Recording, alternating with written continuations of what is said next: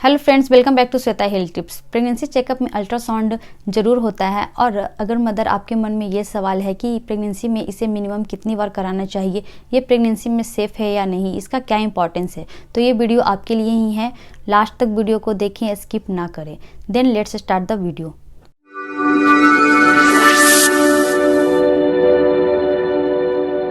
Friends, pregnancy में इसे 3 to 4 times ज़रूर करवानी चाहिए अगर प्रेगनेंसी हाई रिस्क प्रेगनेंसी हो, जैसे कि high BP, diabetes, pre eclampsia, eclampsia previa या अदर इन्फेक्शन हो। इस तरह के कंडीशन हो तो इसकी संख्या बढ़ भी सकती है।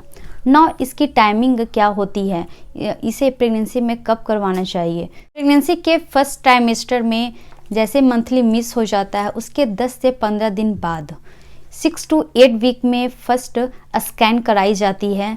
इसमें बेबी के उम्र का पता लगाया जाता है, वो कितने दिन का है, इसलिए इसे डेटिंग स्कैन भी कहते हैं। इसके साथ साथ इसमें यह भी पता चलता है कि गर्भ में एक बेबी है या एक से अधिक बेबी है और एक्टोपिक प्रेगनेंसी का केस है या नहीं।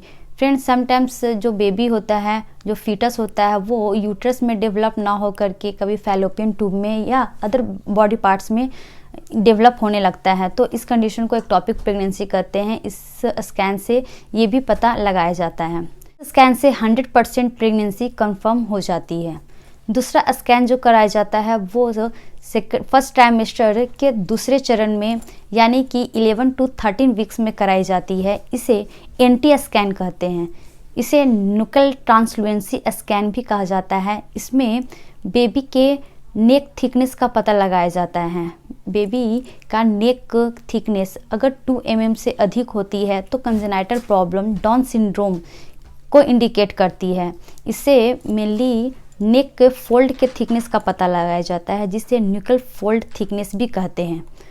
इसके अलावा नेज़ल बोन डेवलपमेंट का भी पता लगाया जाता है कि बेबी का नेज़ल बोन का डेवलपमेंट सही तरीके से हो रहा है या नहीं हो रहा है। अगर इस पैरामीटर में किसी भी तरह का कोई प्रॉब्लम दिखाई देती है तो एक टेस्ट और कराई जाती है, जिसे कि ड्यूल मार्कर टेस्ट कहा जाता है, जो कि ब्लड टेस्ट होता है। ये मेनली जेनेटिक प्रॉब्लम को डिटेक्ट करने का काम करती है। इसके साथ साथ एक डॉपलर स्टडी भी कराई जाती है इस ट्राइमेस्टर में, जिससे यह पता लगाया जाता है कि आगे चलकर हाई बीपी प्रॉब्लम या प्री मैच्योर डिलीवरी का प्रॉब्लम तो नहीं आने वाली है।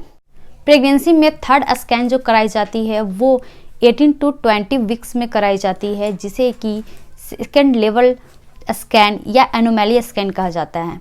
इस स्कैन में बेबी के होल सिस्टम जैसे कि heart, lungs, kidney, brain, leg, hands, उसका सही से डेवलप हो रहा है या नहीं, उसका डीप एनालिसिस किया जाता है और सिस्टम को अच्छे तरीके से देखकर पता लगाया जाता है कि किसी ऑर्गन में कोई डिफेक्ट तो नहीं है। मेनली स्ट्रक्चरल डिफेक्ट का पता इस स्कैन में लगाया जाता है। इसके अलावा इस स्कैन में प्लासेंटा के पोजीशन का पता लगाया जाता है। समटाइम्स प्लासेंटा सर्विक्स के मुंह के पास आ जाती है, कभी एंटीरियर होती है, कभी पोस्टीरियर होती है, तो इस स्कैन से प्लासेंटा के पोजीशन को भी देख लिया जाता है। जब आखिरी के 3 महीना, जिसे कि थर्ड ट्राइमेस्टर कहते हैं, आप एंटीनेटल चेकअप में जाती हैं, आपका पेट का जांच किया जाता है, एब्डोमिनल एग्जामिनेशन किया जाता है और यह पता चलता है कि बेबी का जो डेवलपमेंट है वो वीक के अकॉर्डिंग, मंथ के अकॉर्डिंग नहीं हो रही है, तो उस समय थर्ड ट्राइमेस्टर में स्कैनिंग कराई जाती है। अगर सेकंड लेवल स्कैनिंग में, जैसे कि एनोमैली स्कैन में कोई भी प्रॉब्लम दिखाई नहीं देती है तो समटाइम्स स्कैनिंग थर्ड ट्राइमेस्टर में कराना ज़रूरी नहीं होता है।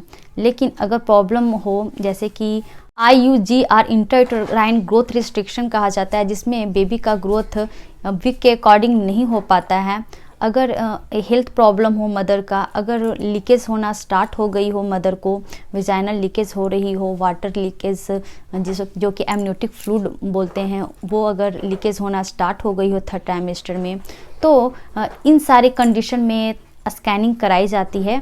इस स्कैन के द्वारा एमनियोटिक फ्लूइड के अमाउंट का पता लगाया जाता है, बेबी के पोजीशन का भी पता लगाया जाता है।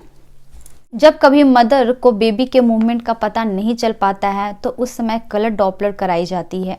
कलर डॉपलर स्कैन से बेबी के मूवमेंट का पता लगाया जाता है कि बेबी मूव कर रहा है या नहीं कर रहा है, बेबी का हेल्थ कैसा है, इसका पता लगाया जाता है।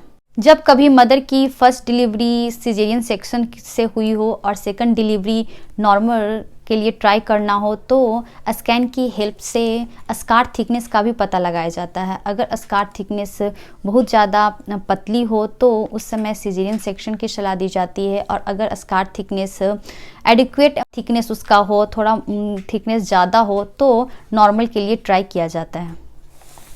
फ्रेंड्स, अल्ट्रासाउंड वेव होती है, इसमें ध्वनि की तरंगे का यूज़ किया जाता है, इसलिए प्रेगनेंसी के दौरान इसे करवाना बिल्कुल ही सेफ होता है। इससे मदर को या बेबी को किसी भी प्रकार का कोई हार्म इफ़ेक्ट नहीं होता है। तो फ्रेंड्स, इन सारी चीज़ों का पता अल्ट्रासाउंड के द्वारा लगाया जाता है, इससे आगे चलकर आने वाली कॉम्प्लिकेशंस का पता लगाया जाता है, जिससे आपकी डिलीवरी हेल्दी और सेफ हो, ये कोशिश की जाती है। तो फ्रेंड्स, आज के वीडियो के लिए इतना ही। आई होप सो कि आपको ये वीडियो पसंद आई होगी। अगर मेरे चैनल पे प्रेगनेंसी रिलेटेड टिप्स और भी देखना चाहती हैं तो चैनल को सब्सक्राइब कर ले, साथ साथ बेल आइकन प्रेस कर ले ताकि न्यू वीडियोज़ की नोटिफिकेशन आप तक पहुँचती रहे। Thanks for watching.